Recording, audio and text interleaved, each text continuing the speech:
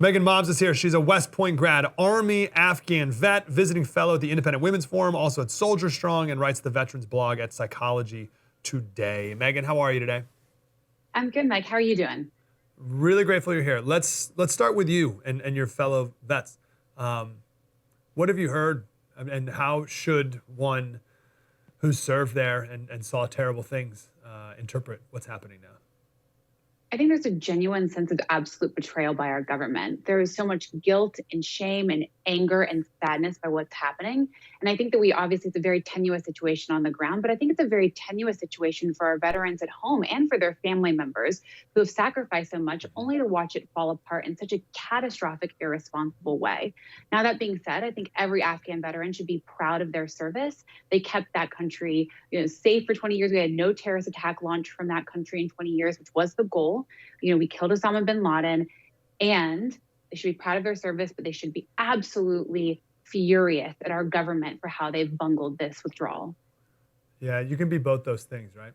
Absolutely. I heard just now, I want to see what you think. It was from Tim Kennedy. He said, listen, a cancer doctor can work with a patient, have ups and downs, and in the end still lose the patient, and we don't, call the doctor, what I mean?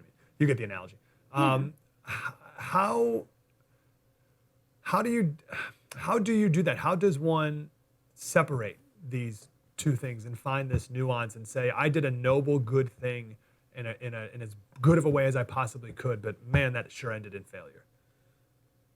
Because I think the reality is that, if you're boots on the ground, if you're a soldier, right, you had your small slice of Afghanistan you were responsible for. You are not responsible for the failed strategy of the United States government. And so being focused on what you achieved in your mission, I think, is how you get through this. Yep, that's right. That's the answer. Let's pivot over to the women over there. So you were a woman over there. What did you see about how women were treated? So I didn't interact that much with the women populace. It's going to be inclusive for everyone except women and children. This is going to be absolutely devastating for them. They're going to lose everything that we work towards. And the one hope that I have in all of this is you can't unlearn an education. We spent 20 years making sure women had access to education, to jobs, and you just can't snatch that all away. Now, they're going to try, and we're already seeing that, right? They're going to try to terrify women. They're erasing pictures of women. And my hope is that this has begun something. We've planted a seed of some type of freedom for these women to move forward. Yeah. I'll give one last word of your fellow vets, word of encouragement.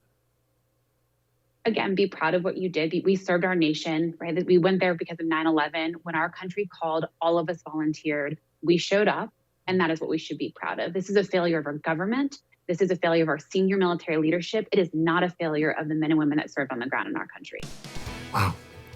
That was deep and insightful.